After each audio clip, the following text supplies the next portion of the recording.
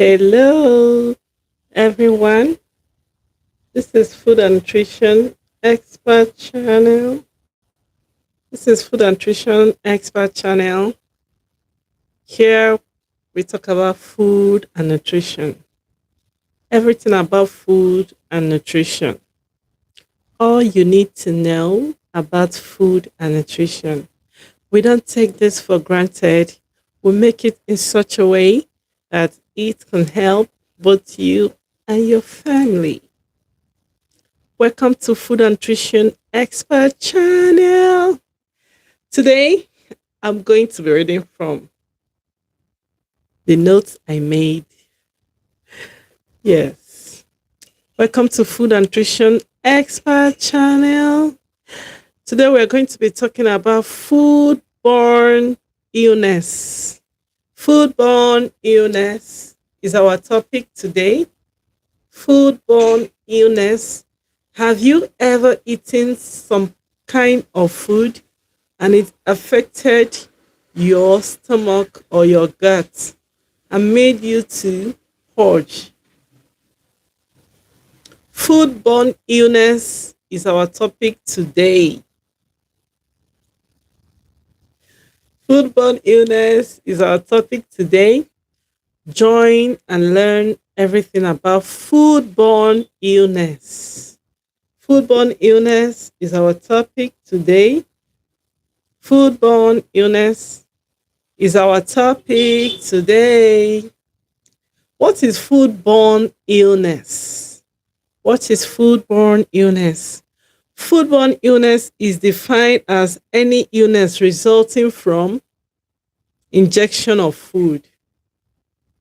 Foodborne illness is defined as anything that results from injection of food. Any illness that results from injection of food. That's what we call foodborne illness. It means that whenever you eat and the food you eat disturbs your stomach or disturb your body, that means there's a foodborne disease. It is a foodborne illness for you. Foodborne illness is caused by injection of food. Some people used to think that foodborne illness can happen maybe without eating. Foodborne illness is caused by injection of food. Foodborne illness is our topic today, and foodborne illness is caused by injection of food. Foodborne illness is what everybody have experienced, knowingly or unknowingly. There's some kind of food you will eat. There's some kind of places you might eat food and you experience some stomach upsets. That means there is a problem in the food you ate. In food science, we call that foodborne illness. Foodborne illness is caused by injection of food. In foodborne illness, we have physical, we have biological, we have chemical foodborne illness. We have what? Physical, biological, and chemical. Foodborne illness can be caused by some particles getting in contact with the food you're eating. When you eat food, whether you experience some plastics inside your food, that is a part of foodborne illness. If you experience plastics inside the food you're eating, you might experience a foodborne illness. Sometimes it might not show immediately, it might show later in life. Foodborne illness, we have the physical one, we have the biological foodborne illness.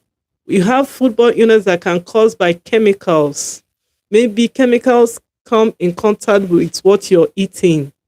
Like some people, maybe they don't wash their hands very well, and when they eat with their hands filled with chemical, it can cause foodborne illness.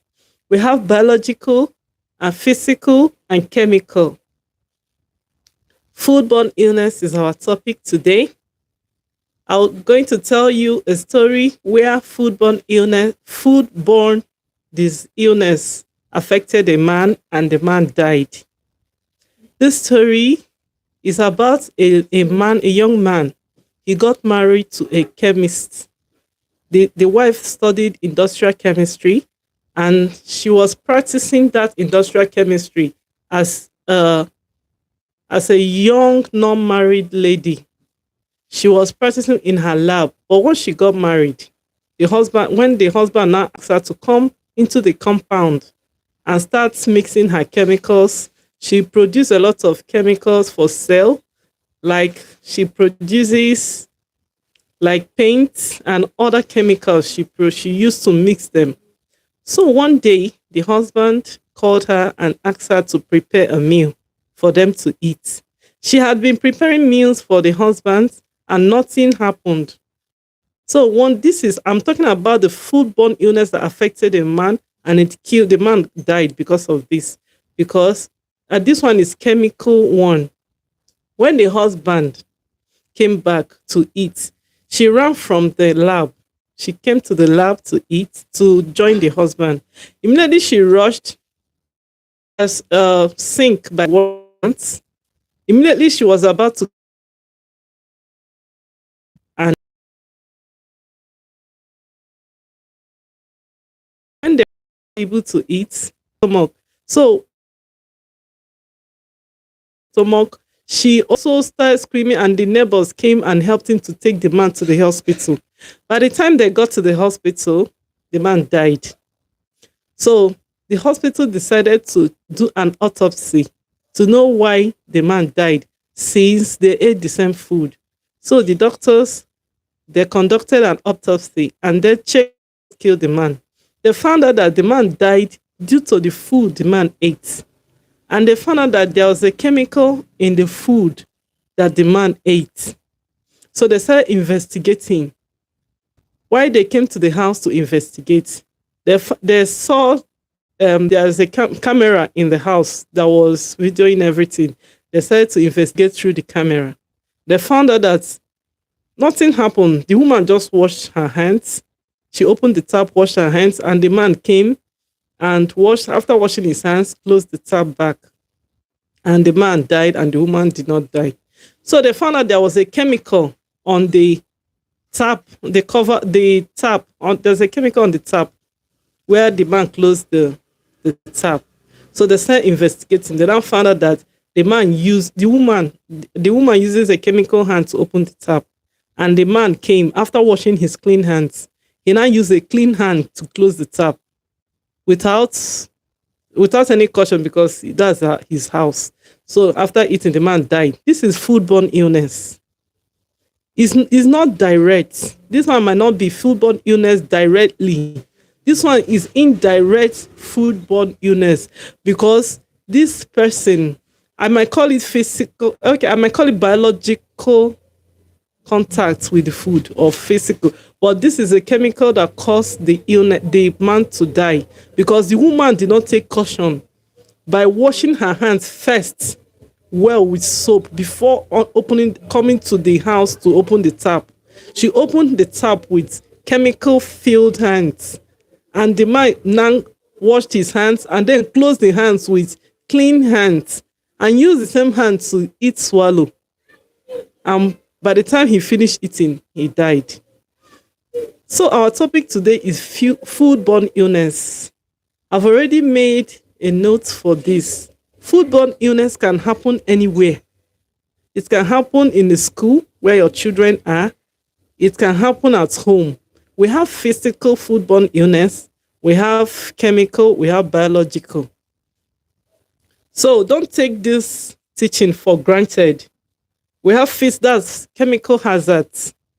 The physical hazards can happen, the chemical hazards can happen, and the biological hazards can happen. So I'm going to be talking about the biological hazards in foodborne illness. Biological hazards, what it can cause is, it can cause bacteria. It can make bacteria to enter the body system. And another thing, it can cause foodborne infection, biological hazards of foodborne illness. And it can also cause foodborne intoxication. It can also cause foodborne intoxication in the body. Foodborne infection are those that invade the intestinal tract. Foodborne infection, there are those infections that invade the intestinal tract. When your intestine, after eating food, they will go and invade your intestinal tract. That's bacteria.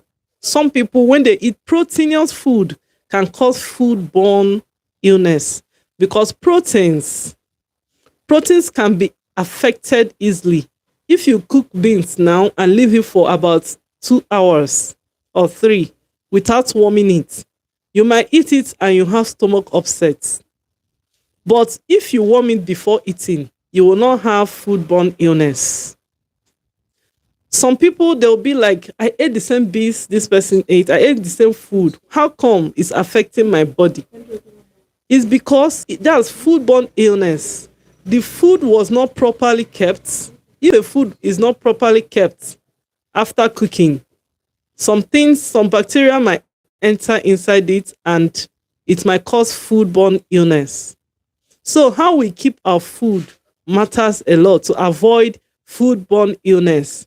And another one, we have foodborne infection. I've said it.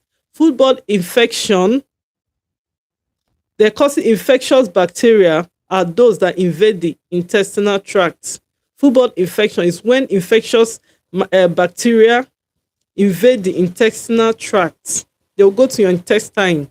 Instead of digesting the food, instead of your body digesting the food, it will cause running stomach. Instead of the food will not digest, the stomach will just be disturbed and you will have running stomach. So we have foodborne intoxication. Bacteria that cause intoxication are those that produce toxins in the food during growth.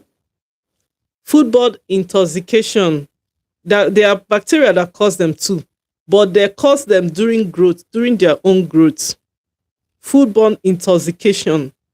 So I told you earlier that we have the types of foodborne illness that we have biological hazards, we have physical hazards, and we have chemical hazards. It depends on the one you have experienced before. But foodborne illness can happen to anybody, no matter where you are, even babies and adults, children, anywhere, in school or anyhow. Some people might eat food and you see them, they tell you that their stomach has been disturbing them. It's due to foodborne illness. It might be intentional or unintentional. Those infections that enter the food might be intentional or unintentional. That's why when we go out to eat, we need to be very careful with the person that is serving the food. Because if the person that is serving the food is not neat, it can cause foodborne illness for you. If the person is not careful about the serving of the food, if the plates are not clean, if their hands are not clean, there might be a mistake. It can cause foodborne illness for you. It can cause foodborne illness for you. So anywhere, even at home, when you finish preparing meals, you wash your hands. Because some people say, it's not meal that I prepared. It's not me that prepared the meal. Wash your hands before you dish out the food to the family members. Because you might not know that when you enter the toilet, that after washing your hands, maybe the handle of the toilet door, that there was a bacteria there. You might not know. Once you get to the kitchen, any day you get to kitchen to dish out meal, wash your hands. Teach your family, your children, to always wash their hands. People can live healthy by making sure their hands are properly washed. You can live a very, very long, you can live long by making sure your hands are properly washed. Today, I'm talking about foodborne illness. It can happen to anybody. Even some tools we use for preparation of food, some tools we use in the preparation of the meals we eat can cause foodborne illness for us without knowing. If we did not take care of those tools, they can reverse back and cause foodborne illness for us. It can make us to be sick. It can make us to have some things that we don't wish to have. Like some people that use plastic spoon to turn food that is cooking.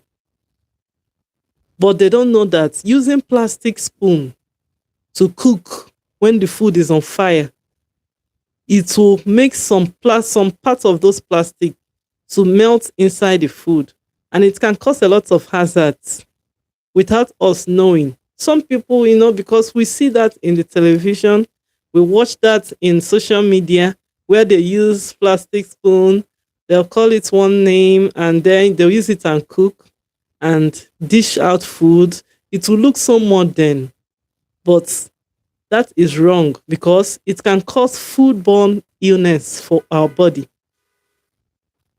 So if you know that you use plastic food for frying, some people use it for frying, or where you normally buy food that they use plastic food for frying their plantain, their akara, their anything, please, I want to advise you for your health.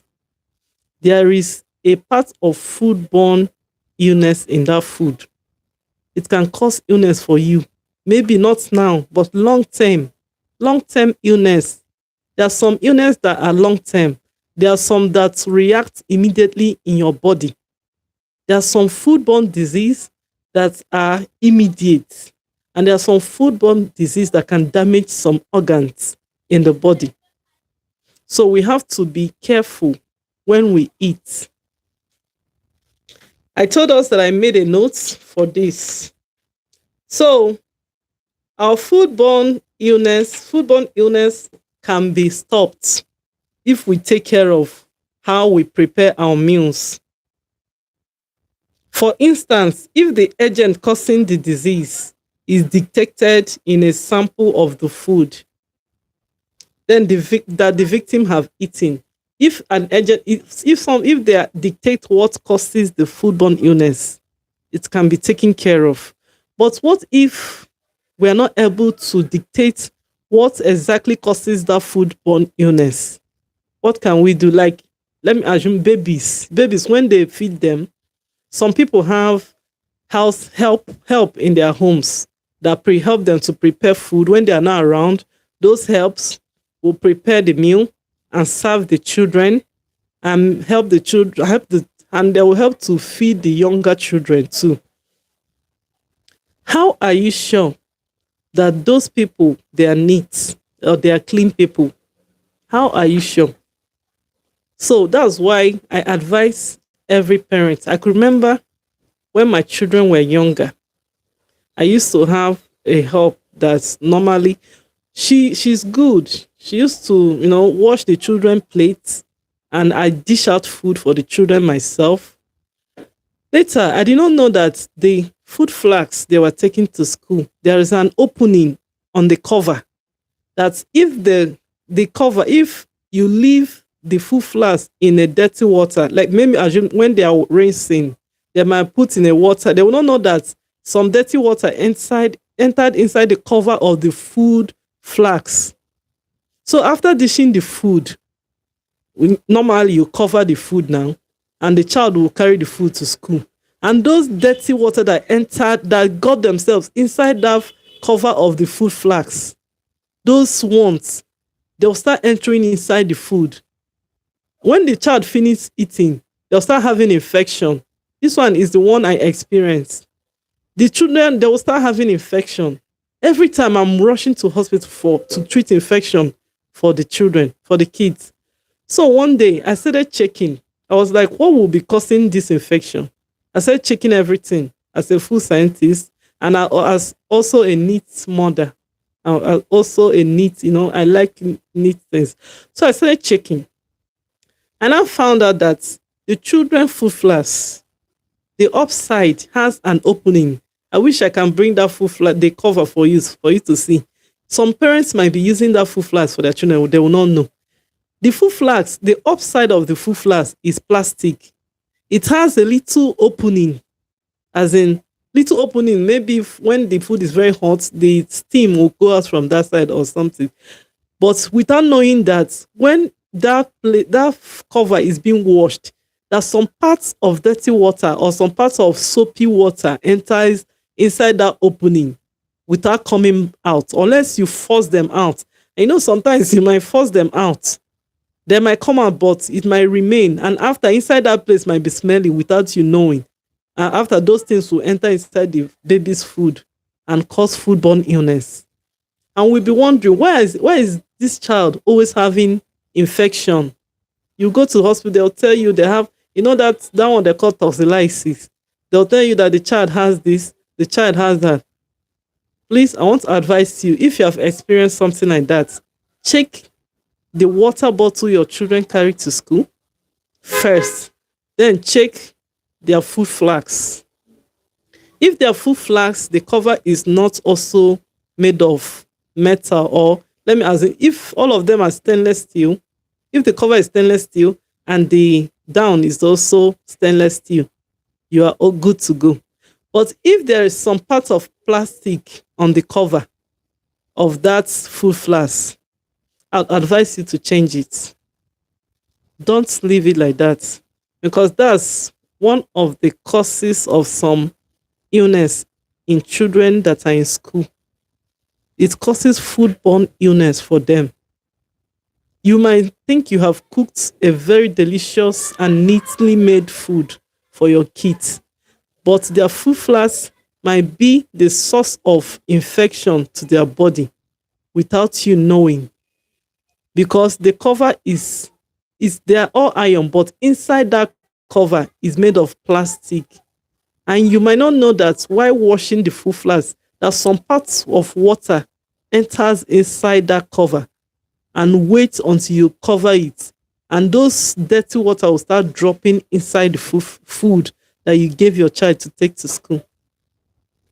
That can cause foodborne illness without knowing. Foodborne illness can be caused by a lot of things. It can be caused by some stones. Like some people will eat rice, like in Nigeria, we might eat some rice that has stone. That's some particles. And some, you might see, that sometimes you'll be eating, you see a strand of hair in the food, you remove it. What of somebody that is not seeing or that is not looking? They must have eaten a lot of things that will cause foodborne illness in their body. In this channel, I'll be teaching us a lot of things that might affect us knowingly and unknowingly. There's a lot of things about food. First of all, we have a lot of processed foods that we buy in the market. Lots of processed foods. We buy them and we eat them and we feel good and they are okay. And we also have lots of natural plant-based foods sold in the market. We buy them, we eat them, and we are okay with it. So, but those processed foods, have you ever asked yourself, did they really use what they wrote that they use for making that? Did they really use it? There are some chemicals that will be added for preservation. It might not be mentioned if you read the label of the food, the content, they might not mention it. But there are some things that will be used to store those food. There are some children that like fruit juice. They like fruit juice, especially orange juice. They'll tell me, I want orange juice, I want orange juice. So I'm not saying, since you like orange juice, let me now buy oranges now. Some children, when you now buy oranges for them, they'll tell you no, that this is not what they want. That what they want is orange juice, Which orange juice again? It's not the one you eat it from the fruit. So one day when I was teaching, I told them, okay, now we're going to do some practical. I bought fruit juice. I kept it on the shelf, the school shelf. I told them that we're going to leave it for one day. Just the next day, we're going to open it and see if it's still good. And I bought some fresh orange and I squeezed out the water, the juice from it, squeezed it very well, added some additives like sugar in it, mixed it, everybody tested it, it was okay. And I kept it, I packaged it and kept it on the shelf also. And the next day when we came to school, I did not tell them what they will see. And I said, okay, let's check our juice. The orange juice I prepared, brought them out. And the other, what I'm telling you, I'm talking about children that are still growing up. Some other children, they know it will spoil.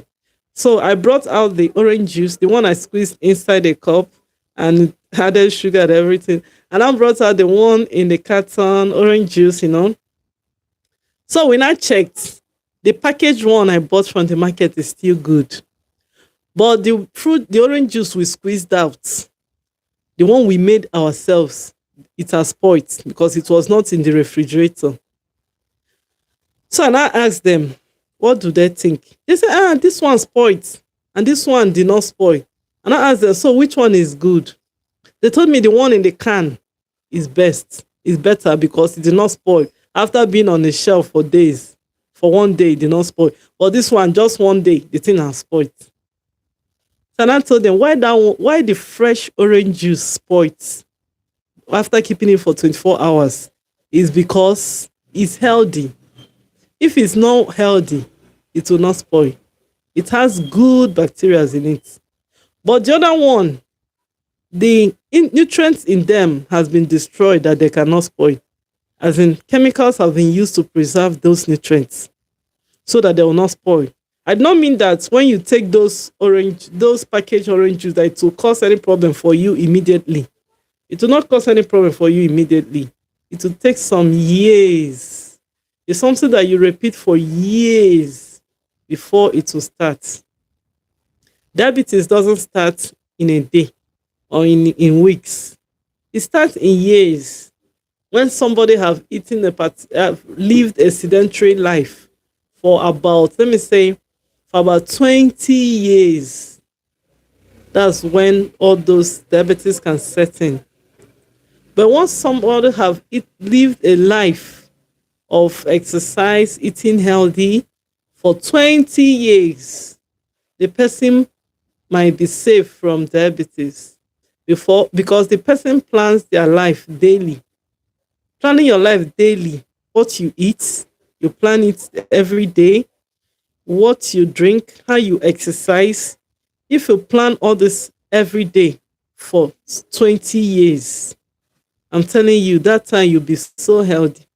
But if you did not plan your life, what you eat every day, and how you exercise your body every day, by 20 years, you will have some health issues, which all of us, we don't want that. Nobody wants to have health issue. Nobody wants their children, instead of them being in the university studying, they'll be taking the person to the hospital. Nobody wants to die early. Nobody wants to be the cause of their illness. Nobody wants to be the cause of what is happening to them. So, we are still on foodborne illness. Sometimes foodborne illness is caused by our own mistakes. Sometimes we make mistakes that will affect us for life. Sometimes we make mistakes that will help us for life. We can make mistakes that will affect us. There's some mistakes you make that is good though, and there's some mistakes that are not good. So, foodborne illness is not what I'll advise anybody to have in their life. I'll advise you, anywhere you go, if you go out to eat, make sure you check the environment where you're eating. Make sure the environment is neat, and make sure that the people serving the foods, they are also neat. And another thing I will advise you, if those people serving the food, if they are talking and talking and talking while they are serving your food, and the food is not hot, run. Oh. And then if they are wearing gloves, some people, they are wearing hand glove. They'll use that hand that they are wearing glove. It's good to wear gloves to serve food with, but they'll use that hand and touch some places, and they'll use that hand also to dish your food, and some part of your food might touch that glove.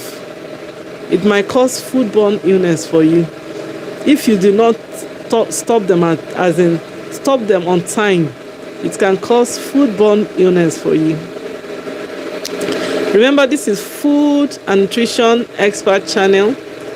If you have not subscribed to my channel, I would advise you to do subscribe to this channel, and you will learn a lot. There is a live video that I made about thyroid gland, about the thyroid gland and iodine, how iodine helps to maintain a healthy thyroid gland. Our thyroid gland helps to control almost all our body's metabolism. All the body's metabolism can be controlled through thyroid gland. And there are some things people don't know. If your thyroid gland is somehow damaged, it can cause your body not to absorb some nutrients. There are some nutrients the body cannot absorb if the thyroid gland is not functioning well. Therefore, what should we do? We should make sure that our thyroid gland is functioning well by eating meals or foods or fruits and vegetables that contains iodine. And the main foods that contains iodine are seafoods. Eggs also contains iodine. Eggs also contains iodine. Close the window. Eggs also contains iodine. Some people don't know that eggs also contains iodine, but I want to let you know that boiled eggs also contain iodine. Sorry for the noise. So we have to take care of our body by taking care of what we eat. Eat right now and thank your body later, or eat anyhow now and later you'll regret it. Choose one. What we eat matters a lot. Some people will tell me, I've heard this lots and lots of time. I've been hearing this. I know you've been hearing this, but even as we have been saying this, so many people are still doing what they are doing. Your health matters to you and your family. Don't raise children that will be obese later in life. Don't raise children that will have some illness that's supposed to affect old people. Don't raise children that will have such ailments on time. Advise your children on what to eat. Teach people around you about healthy eating. Don't find pleasure on what will kill you later.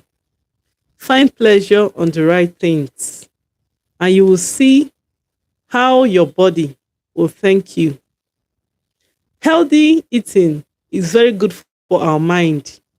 Our mind is so sensitive to what we eat, but most of us does not know this. Your mind is very sensitive on what you eat. They know when you are eating right. If you had ever felt confused, it means that you're eating more of carbohydrates, you're eating more of macronutrients. But if you notice that your mind is always sharp, that you think well, that means you are improving in eating food that contains the right minerals. The right minerals in the meal that we eat helps our body to fight some foodborne illness. Some foodborne illness, the body can fight it if the body has been healthy for long. The body can fight them, and their negative side effects will not come to you. So, this is Foods and Nutrition Expert channel. Here we teach you a lot about what you eat, how you should eat, why you should eat healthy. Breakfast is very good. I'll always say that. Some people think that if you eat breakfast, that it will make you to be lazy throughout the day. Breakfast can make you to be lazy throughout the day. Depends on what you call breakfast. If your breakfast is filled with vegetables and fruits and vegetables, you will not experience those weakness after eating breakfast. But if you feel that your breakfast, if you eat breakfast that are not supposed to be, that are not food, there are some breakfasts that are not food. You know, some people say, what is food then? Food is any substance that after eating and digested by the body provides the body with the right nutrients. Is that any substance, whether water, whether liquid or solid, that after eating provides your body with nutrients that will help the body, that will energize the body and help the body to grow. Yes, that's food. So almost all the things we eat, they are food. But there's some food that we don't usually call food in food science.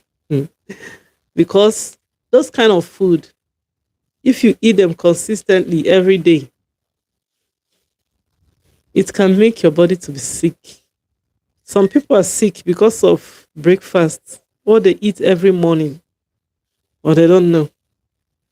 Your breakfast tells a lot about your health for that day. Your breakfast, what you eat every day, tells a lot about you. This is Food and Nutrition Expert channel. In this channel, we teach you a lot of things that will help you and your family. We want you to live healthy. We want you to enjoy your life in healthy mood. Not the one that when you now hammer.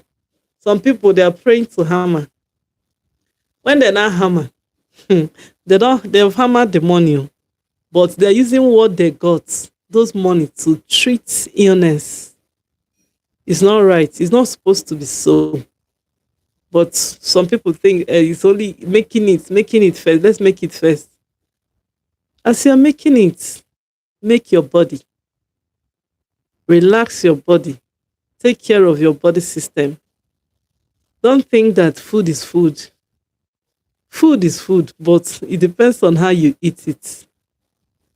Enjoying food is good, but are you taking care of the nutrients? Are you sensitive of the nutrients that you are getting from the food? Are you just eating because food is food? Let us not eat just food is food and anything that comes around you put in your mouth. You don't care about the nutrients of what you're eating. We take, like in Nigeria, most of us, we take more care about macronutrients. That's carbohydrate, protein, and fats. That's almost what we eat every day. We don't care about macronutrients, micronutrients. We care about macronutrients, but we don't care about micronutrients. We don't know that the reason why the body is functioning well is because of micronutrients. You know, some people does not know that. There's something that some people don't know. That deficiency of magnesium is the real cause why diabetes starts. Diabetes shows up early when there is a long-term deficiency of magnesium. And it's a micronutrient. That's the nutrients we neglect. This can be found in plantain, in banana, in some food that we eat, like avocado, pears, granuts. Then in we can also find it in coconuts, but not big quantity, but is there. And then some people don't know about potassium. They'll be like, I'm feeling like my head is doing me somehow. I feel like fainting. They don't know the cause. It's lack of potassium. It means that your body is lacking some nutrients.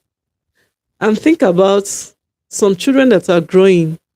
They had this effect right from birth or right from time they are growing up. Some children, they might not really know what is happening to them.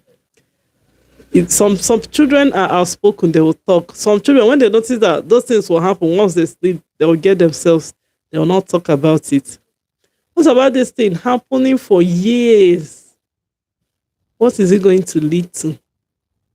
Please, let's take care of our body. Your body is the gift that God has given you.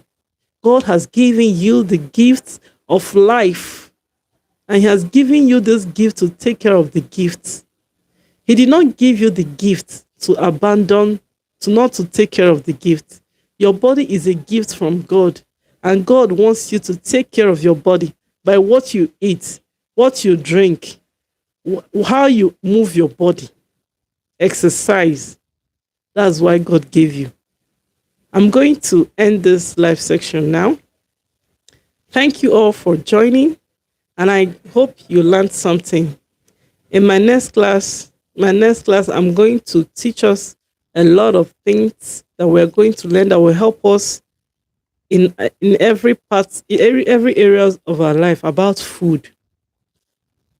This is Food Nutrition Expert Channel. I'm not just talking, I'm talking from on food science and technology aspects about meals that we eat. All right. Till then, see you in my next class. Until then,